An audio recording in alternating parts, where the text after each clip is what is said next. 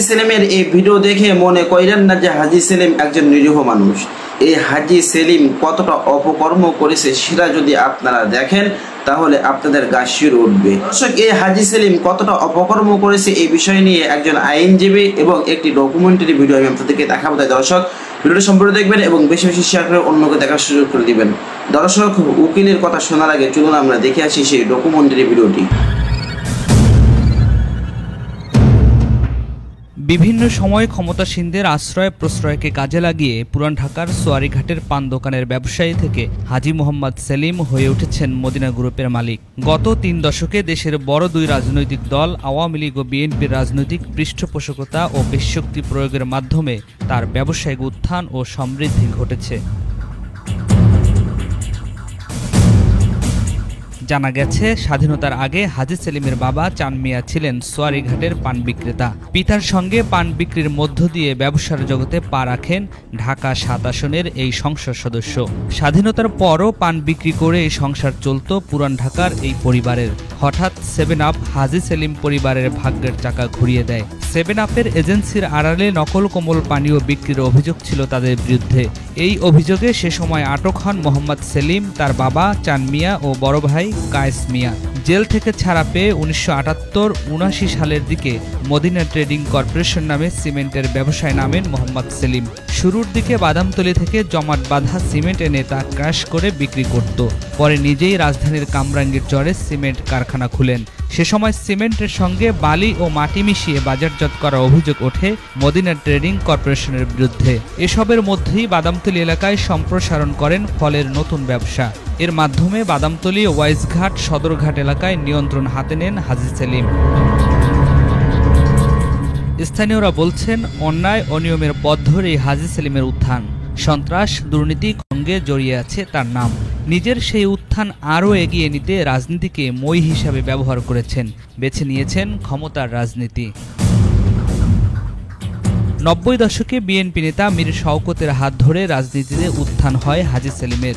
1994 সালে তিনি ঢাকা সিটি কর্পোরেশনের 65 ও 66 নম্বর ওয়ার্ডে গরুর গাড়ি মার্কা নিয়ে কমিশনার নির্বাচিত হন।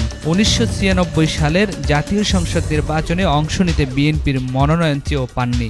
অভিমানে আওয়ামী লীগে যোগ দিয়ে ভাগিয়ে নেন মনোনয়ন। ক্ষমতা ও পেশিশক্তি দিয়ে লালবাগ, হাজারীবাগ ও কামরাঙ্গীর চর এলাকার সংসদ সদস্য বনে যান হাজী সেলিম। এরপর আর পেছনে ফিরে তাকাতে হয়নি তাকে।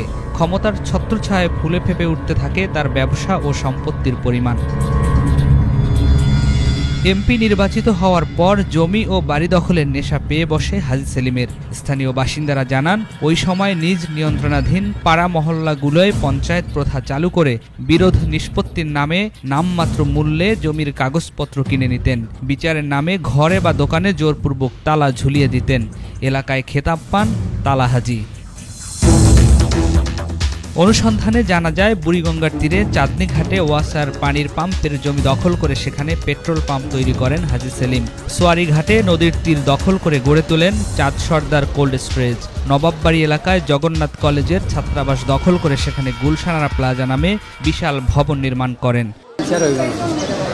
এটা কারণ কি? টাকা নাকি?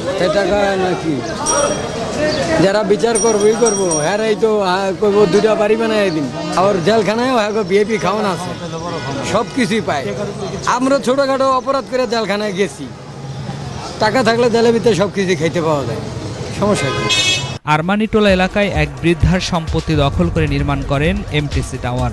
নলগোলায় ভাওয়াল বাজার সম্পত্তি দখল করে ভবন নির্মাণ করেন। শুধু তাই নয়, হাজী সেলিম চকবাজারের ফ্রেন্ডশিপ মার্কেট ও জেলখানার পাশে 50 থেকে 60 বছরের পুরনো ব্যবসায়ীদের জোরপূর্বক উচ্ছেদ করে সেখানে মদিনা আশিক টাওয়ার ও হাজী সেলিম টাওয়ার নামে 2টি বহুতল ভবন এবং মার্কেট নির্মাণ করেন। 2001 সালের পর বিএনপি এবং তত্ত্বাবধায়ক সরকারের আমলে খুনের চেষ্টা, নির্যাতন, চুরি এবং দুর্নীতি ও অবৈধ আয়সহ অন্তত 120টি মামলা দায়ের করা হয় হাজী সেলিমের বিরুদ্ধে। এরপর গা ঢাকা দিয়ে চলে যান বিদেশে। 2008 সালের এপ্রিলে 27 কোটি টাকা জ্ঞাত বহির্ভূত সম্পদ অর্জনের জন্য 13 বছরের জেল হয় সেলিমের। সেই সম্পদ নিজের কাছে রাখার জন্য 3 বছরের জেল হয় তার স্ত্রী গুলশান আরার। 2008 সালে নির্বাচনে হাজী সেলিমকে বাদ দিয়ে আওয়ামী লীগ থেকে মনোনয়ন দেওয়া হয় ডক্টর মোস্তফা জালাল মহিউদ্দিনকে।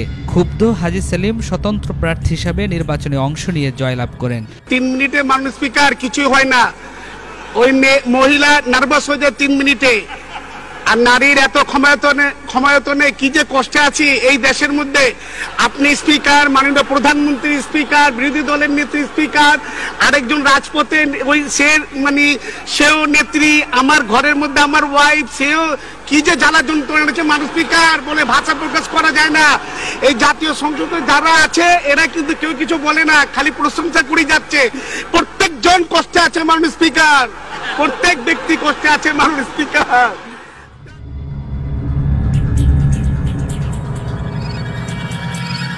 2014 সালেও আওয়ামী লীগের মনোনয়ন বঞ্চিত হন। 2016 সালের মাঝামাঝি ব্রেন স্ট্রোকের কারণে বাকশক্তি হারিয়ে ফেলেন তিনি। 2018 সালের জাতীয় সংসদ নির্বাচনে আওয়ামী লীগের মনোনয়ন পান।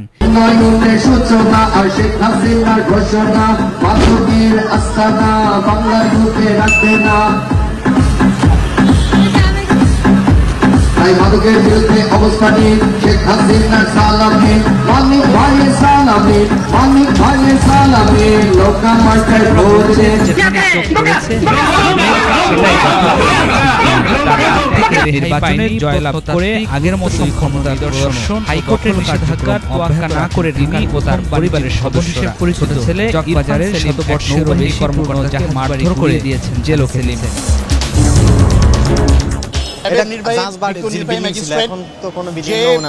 অপরাধের পরিপ্রেক্ষিতে তাদেরকে এইটা তৈরি হয়েছে আগে। মাদক এবং অস্ত্র একটি ভিন্ন বিষয়। সংবার আরঙ্গজীবেরও আগে আমরা যে ইতিহাস পড়ছি, যে ইতিহাস ভূগোল ইতিহাস পড়ছি, আরঙ্গজীবেরও আগে। যেমন মনে করেন আপনি যে লালবাগ দেখেন, যেখানে চোখ পড়েছে হাজী সেলিমের সেটাই দখল করে নিয়েছেন তিনি। তার হাত থেকে রেহাই পায়নি। আমার বাপের থেকে শুনছি, এই পর্যন্ত তো জানি। কিন্তু এটা হওয়ার সৃষ্টি হওয়ার পরে এটা নাকি আগে মুঘল সাম্রাজ্যের এই যে সুরং পথ ছিল, আগে সুরং পথ, এই সুরং পথ দিয়ে এটা লোক অ্যাটাচ ছিল, বড় কাটারা ছোটো কাটা এর অ্যাটাচ ছিল। আপনার কিল্লা যেটা এটাও অ্যাটাচ ছিল সুরঙ্গের, ওই থেকে এটা উৎপত্তি থেকে এইখানে ছিল আপনার সেই জমানার সৈনিক। এখন মনে করেন যে সেই সৈনিকও নেই, ধাপে ধাপে ধাপে ধাপে। ব্যক্তিগত সম্পদের পাশাপাশি এ সময়ের মধ্যে নিজের ব্যবসাকেও সম্প্রসারণ করেছেন হাজী সেলিম। তার মালিকানাধীন মদিনা গ্রুপের অধীনে Madina trading corporation private limited, Madina cement industry limited, Madina development limited সহ মোট 16টি প্রতিষ্ঠান রয়েছে। এবার আমরা দেখব সেই উকিল সাহেব কি বলেছেন। সে ওই এলাকায় একটি সেলিমাবাদ কায়েম করেছিল। সেখানে সে সরকারি জমি দখল, সাধারণ মানুষের মার্কেট দখল এবং কি আপনার শৌচাগার দখল করে সেখানে মার্কেট করেছে এবং বহু মানুষের জীবিকা সে গ্রাস করে নিয়েছে, মানুষের সম্পদ দখল করেছে, মানুষের মার্কেট দখল করেছে, মানুষের ব্যবসা প্রতিষ্ঠান দখল করেছে। সর্বোপরি ওই এলাকায় সে একটি রাজত্ব, সন্ত্রাসী রাজত্ব কায়েম করেছিল এবং সে আপনারা জানেন জগন্নাথ হল শত ছাত্রদের বাধার কারণে দখল করে সেখানে একটি মার্কেট তৈরি করেছিল। এক কথায় বলতে গেলে গত 15 বছর এই লালবাগ এলাকায় এবং অত্র এলাকায় তার সংসদীয় এলাকায় একটি সন্ত্রাসের দখলত্বের রাজত্ব কায়েম করেছিল। আজকে ওই এলাকার মানুষ নিঃশ্বাস ফেলছে এবং একটি সন্ত্রাসী অবস্থা থেকে মানুষ রেহাই পাচ্ছে। তাই আপনারা জানেন যে ছাত্র এবং জনতার আন্দোলন, কোটা বিরোধী আন্দোলনের সময় আওয়ামী লীগের পক্ষ থেকে তার নেতা কর্মী এবং সাবেক এমপিদেরকে নির্দেশ দেওয়া হয়েছিল যে আন্দোলনকে থামানোর জন্য, এই আন্দোলনকে স্তব্ধ করে দেওয়ার জন্য। সেই হিসাবে হাজী সেলিম এবং তার পুত্র এবং এলাকার যুবলীগ, ছাত্রলীগ সবাই নেতৃত্বে এই ছাত্র জনতার আন্দোলনের উপরে তারা ঝাঁপিয়ে পড়ে। এর পরিপ্রেক্ষিতে গত 18/7/24 তারিখে তাদের সংসদীয় এলাকায়, আজমপুর সরকারি আবাসিক এলাকায়, আজিমপুর সংসদীয় এলাকায় এক ছাত্র জনতার, এই বৈষম্য বিরোধী ছাত্র জনতার মিছিলে পুলিশ গুলি চালায়। এই গুলিতে আইডিএল কলেজের প্রথম বর্ষের ছাত্র, মেধাবী ছাত্র খালিদ হাসান সাইফুল্লাহ বুকে, পিঠে, মাথায় গুলিবিদ্ধ হয়ে মারা যায়। এই হত্যা মামলায় তার পিতা এই হাজী সেলিম সহ অনেকের বিরুদ্ধে মামলা করে। তার মধ্যে এই মামলায় এজাহার নামীয় আসামি হল হাজী সেলিম, 25 নম্বর এজাহার নামী আসামি। এই মামলায় তদন্তকারী কর্মকর্তা এই তদন্তকালে এই আসামির বিরুদ্ধে এই মামলার সঙ্গে জড়িত থাকার সুনির্দিষ্ট অভিযোগ পায় এবং আরও এই ঘটনার সঙ্গে আরও কারা জড়িত এবং কিভাবে সাইফুল্লাহ হত্যা হলো এবং এই পিছনে পরিকল্পনা, সহায়তা এবং ষড়যন্ত্রে কারা জড়িত এই বিষয়গুলি। দর্শক, এই হাজী সেলিমকে নিয়ে আপনাদের কি মতামত অবশ্যই কমেন্ট বক্সে জানাবেন। আজকের ভিডিও এই পর্যন্ত। ভিডিওটি ভালো লাগলে লাইক দিন, বেশি বেশি শেয়ার করুন, অন্যকে দেখার সুযোগ করে দেবেন। আসসালামু আলাইকুম।